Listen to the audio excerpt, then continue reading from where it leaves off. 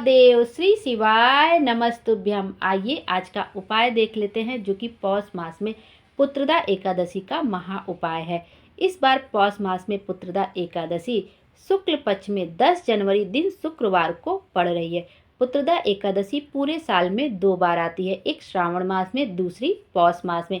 इस बार जो पौष मास में पुत्रदा एकादशी है वो इस साल में पड़ने वाली पहली एकादशी है साल 2025 में। एकादशी का महत्व वैसे भी बहुत अधिक होता है और पंडित जी ने कहा है कि एकादशी के दिन हम मंदिर तो रोज ही जाते हैं, लेकिन जब एकादशी के दिन शंकर जी को जल चढ़ाएं तो मुख से 3 बार हमें स्वधा स्वधा स्वधा शब्द का उच्चारण करके जल अवश्य समर्पित करना चाहिए। यदि हम स्वधा शब्द का उच्चारण करते हुए शिव जी के शिवलिंग पर जल समर्पित कर देते हैं तो हमारी मनोकामना अवश्य पूरी होती है और भगवान विष्णु की कृपा से हमारे घर में धन धान्य सुख समृद्धि आती है। तो स्वधा शब्द जरूर 3 बार उच्चारण करें जब भी एकादशी के दिन आप शिवलिंग पर जल समर्पित करें। और यह जो एकादशी होती है पुत्रदा एकादशी, ये संतान की वृद्धि करने वाली एकादशी कहा जाता है जिसे संतान ना हो, जिन दंपत्ति को संतान प्राप्ति नहीं हो रही, तो वह इस एकादशी के दिन व्रत रखते हैं, व्रत कथा का श्रवण करते हैं, पूरे दिल से इस एकादशी का व्रत करते हैं या जो भी उपाय पंडित जी ने बताया वह करते हैं, तो उन्हें संतान की प्राप्ति अवश्य होती है। चलिए आज का उपाय देख लेते हैं कि एकादशी के दिन हमें कौन सा उपाय करना चाहिए जिससे हमारे घर में कभी भी रोग प्रवेश ना कर पाए, कभी कोई बड़ी बीमारी प्रवेश ना कर पाए। यह बीमारी से दूर करने वाला उपाय है जो कि पंडित जी ने बताया है और सभी को एकादशी पर यह उपाय अवश्य करना चाहिए। और यह उपाय आप केवल शुक्ल पक्ष की एकादशी पर ही कर सकते हैं। आपको यह करना है कि एकादशी के दिन आपको पीली चीज़ का दान अवश्य करना है। इसके लिए आपको कहीं मंदिर में किसी ब्राह्मण को ढूंढने जाने की ज़रूरत नहीं है या कहीं पर किसी बड़े को देखने की ज़रूरत नहीं है। आप अपने घर में जो आपके बड़े बुजुर्ग हैं, अपने से उम्र में जो आपके जेठ जेठानी हैं, सास ससुर हैं, ननंद नंदोई हैं, ससुराल पक्ष में जो भी आपसे बड़ा है, आप उसको कोई पीली चीज़ का दान अवश्य करते हैं। आप कोई पीली मिठाई दान कर सकते हैं, पीला वस्त्र दान कर सकते हैं, पीली साड़ी कर सकते हैं या पीला फूल, कनेर का फूल हो आप वो दान कर सकते हैं। अगर आप एकादशी के दिन, शुक्ल पक्ष की एकादशी के दिन पीली कोई भी चीज़ दान करते हैं तो पंडित जी बताते हैं कि कभी भी आपके घर में बड़ी बीमारी प्रवेश नहीं कर सकती है। तो इस दिन बड़ी पीली चीज़ का दान अवश्य करना चाहिए। आप पीली चने की दाल भी दान में कर सकते हैं। अपने घर में ही दान करना है तो आप आराम से कोई भी चीज़, कनेर का फूल है आप वो भी अपने बड़ों को दे सकते हैं, अपने जेठ जेठानी को दे सकते हैं, सास ससुर को दे सकते हैं, ननंद नंदोई को दे सकते हैं। जो भी आपसे उम्र में बड़ा हो आप उनको दे सकते हैं और उनका आशीर्वाद प्राप्त कर सकते हैं। यह उपाय आप सुबह शाम किसी भी समय कर सकते हैं। और पंडित जी ने एक बात यह भी बताई है कि आप एकादशी के दिन व्रत रखते हैं या नहीं रखते, लेकिन जब व्रत रखते हैं तब भी आपको ध्यान रखना चाहिए और व्रत नहीं भी रखा है तब भी आपको यह ध्यान रखना चाहिए कि एकादशी के दिन भूल से भी तुलसी का पत्ता नहीं तोड़ना चाहिए। भूल से भी जो तुलसी का पत्ता, जैसे आप एकादशी के दिन भगवान विष्णु को किसी चीज़ का भोग लगाते हैं, पंचामृत का भोग लगाते हैं या कुछ भी भोग लगाते हैं, तो उसमें तुलसी का पत्ता रखना अनिवार्य होता है। तो हम लोग की आदत क्या होती है, तुरंत जाते हैं गमले से पत्ता तोड़ लेते हैं, लेकिन नहीं, तो एकादशी के दिन तुलसी का पत्ता नहीं तोड़ना चाहिए। आप एक दिन पहले ही तुलसी के पत्ते को तोड़ लीजिए। लेकिन मान लीजिए आप भूल गए तो जो एक तुलसी के पत्ते झड़ गए हैं, जो नीचे ज़मीन में पड़े, आप उनको भी धो के प्रयोग में ला सकते हैं। जरूरी नहीं कि हम पेड़ से तोड़ेंगे तभी भगवान को प्रसाद के रूप में समर्पित करें, क्योंकि भगवान विष्णु को बिना आप तुलसी जी का पत्ते का भोग लगाए वो आपका भोग पूरा ही नहीं माना जाएगा। तो आप एक दिन पहले ही तोड़ लीजिए या फिर आप क्या करिए कि जो ज़मीन वगैरह पे गिरे हैं आप उस पत्ते को ले लीजिए और भगवान को भोग लगा दीजिए। और यह भी एकादशी के दिन ध्यान रखना चाहिए, किसी भी वृक्ष की पत्ती को, ज़्यादातर ये खास उनके लिए होता है कि जो व्रत रखते हैं एकादशी का, उनके हाथ से कोई वृक्ष की पत्ती ना टूटे, कोई फूल ना तोड़े। आप जो भी आपको चढ़ाना है, फूल पत्ती जो भी चढ़ाना है, आप एक दिन पहले ही सब तोड़ के रख लीजिए। और जो लोग व्रत रखते हैं उनको पूरे दिल से खुशी खुशी यह व्रत करना चाहिए।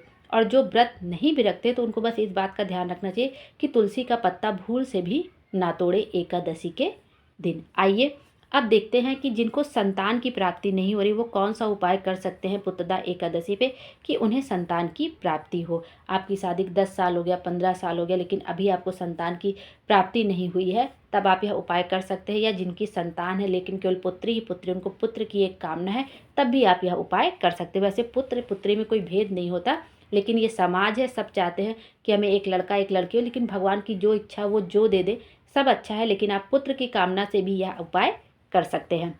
आप इसके लिए आपको चाहिए, 1 कटोरी में आपको घी लेना है। गौ माता का घी मिल जाए तो बहुत अच्छी बात, और गौ माता का घी नहीं है तो आपके पास पतंजलि का डिब्बा डिब्बी जो वाला घी मिल जाए वो ले लीजिए। और 1 कटोरी में आपको खीर लेनी है। आप कोई सा भी खीर बना लीजिए, चावल की खीर हो गई, चावल एकादशी है तो चावल की खीर अवॉइड कर दीजिएगा। और बना भी लिए हैं तो कोई बात नहीं, भगवान को आप भोग लगा सकते हैं, भगवान के भोग के लिए इतना नहीं सोचा जाता है। तो खीर ले लीजिए, 1 कटोरी में खीर, साबूदाने के खीर, मखाने की खीर, और अवॉइड करिए, चावल हो सके तो अवॉइड कर लीजिए, उसकी जगह मखाने की खीर ले लीजिए, साबूदाने की खीर ले लीजिए। इस तरह से खीर बना लीजिए और अपनी थाली में सब कुछ अच्छे से सजा लीजिए। एक दीपक बना लीजिए, चाहे उसमें गोल बाती लगाइए चाहे लंबी बाती लगाइए, वो आपकी इच्छा के ऊपर है। एक गोल या लंबी बाती लगा लीजिए, उसमें देसी घी भर लीजिए और फिर शिव जी की पूजा करने के लिए 1 लोटा जल ले लीजिए, बेलपत्र ले लीजिए, कम से कम 2 बेलपत्र 3 बेलपत्र अवश्य लीजिएगा, क्योंकि आपको 2 बेलपत्र वापस उठानी है। और बेलपत्र कहीं से कटी फटी ना हो, खंडित ना हो। फल फूल जल वगैरह जो आपको लेना है सब ले लीजिए, अपनी थाली सजा लीजिए और अपने घर के आसपास जो शिवालय है वहाँ पे आपको चले जाना है। और सबसे पहले आप मंदिर का, शिव जी का अच्छे से पूजन कर लीजिए। जैसे पूजन कर लीजिए, 1 लोटा जल चढ़ा लीजिए, चंदन का लेपन कर दीजिए और फिर बेलपत्र वगैरह समर्पित कर दीजिए। उसके बाद जो घी लेके गए हैं कटोरी में और खीर लेके गए, वो भगवान को भोग स्वरूप वहाँ पर शिवलिंग के पास में रख दीजिए, क्योंकि जलाधारी के ऊपर कुछ भी रखा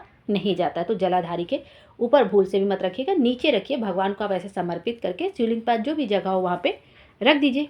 जो नीचे जगह होती है शिवलिंग के नीचे, जलाधारी को छोड़ के जो नीचे ज़मीन फर्श होता है वहाँ पे आप रख दीजिए। इस तरह से आप सारी चीज़ें रख दीजिए। एक दीपक जो आप लेके गए हैं, चाहे गोल बाती का चाहे लंबी बाती का, वैसे तो भगवान शंकर के मंदिर में हमेशा गोल बाती ही जलाई जाती है, तो आप गोल बाती का लेके गए हैं तो आप मंदिर की चौखट पर एक गोल बाती जला दीजिए। उसके बाद आपने पूरा पूजन कर लिया, सब कुछ कर लिया, तो जो 2 बेलपत्र आपने समर्पित की है, जितने भी आपने बेलपत्र समर्पित की है उसमें से 2 बेलपत्र आपको उठा लेनी है। 1 बेलपत्र आपको वहीं मंदिर की चौखट पर बैठकर भोले बाबा से प्रार्थना करते हुए संतान के लिए चबा चबा कर आपको वहीं पर खा लेना है। और 1 बेलपत्र को आप अपने पल्लू में रख लीजिए और अपने पति को लाके घर पे दे दीजिए। यदि आप पति पत्नी दोनों साथ में आए जोड़े से, वहीं मंदिर की चौखट पर बैठ के खा लीजिए।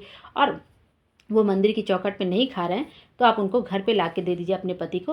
पंडित जी ने कहा है, यदि आप यह उपाय करते हैं पुत्रदा एकादशी पर, तो यह उपाय खाली नहीं जाता है। भगवान विष्णु की कृपा से, भगवान भोले बाबा की कृपा से, भोले बाबा की कृपा से आपको संतान की प्राप्ति अवश्य होगी और ज़रूर से ज़रूर होगी। यह उपाय आप सुबह या शाम कभी भी कर सकते हैं अपनी सुविधा अनुसार। तो इसके लिए बस आपको 2 बेलपत्र लेनी है, 1 बेलपत्र समर्पित कर दीजिए, उसको उठा के वहीं मंदिर की चौखट पर बैठकर चबा चबा कर खा लीजिए।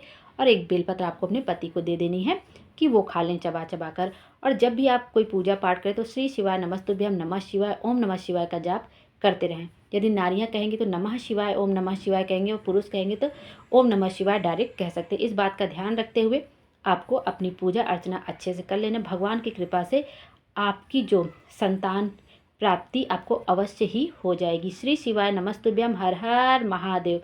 भोले बाबा हम सब की मनोकामना पूरी करें और हमारे जीवन को खुशियों से भर दे। Thank you.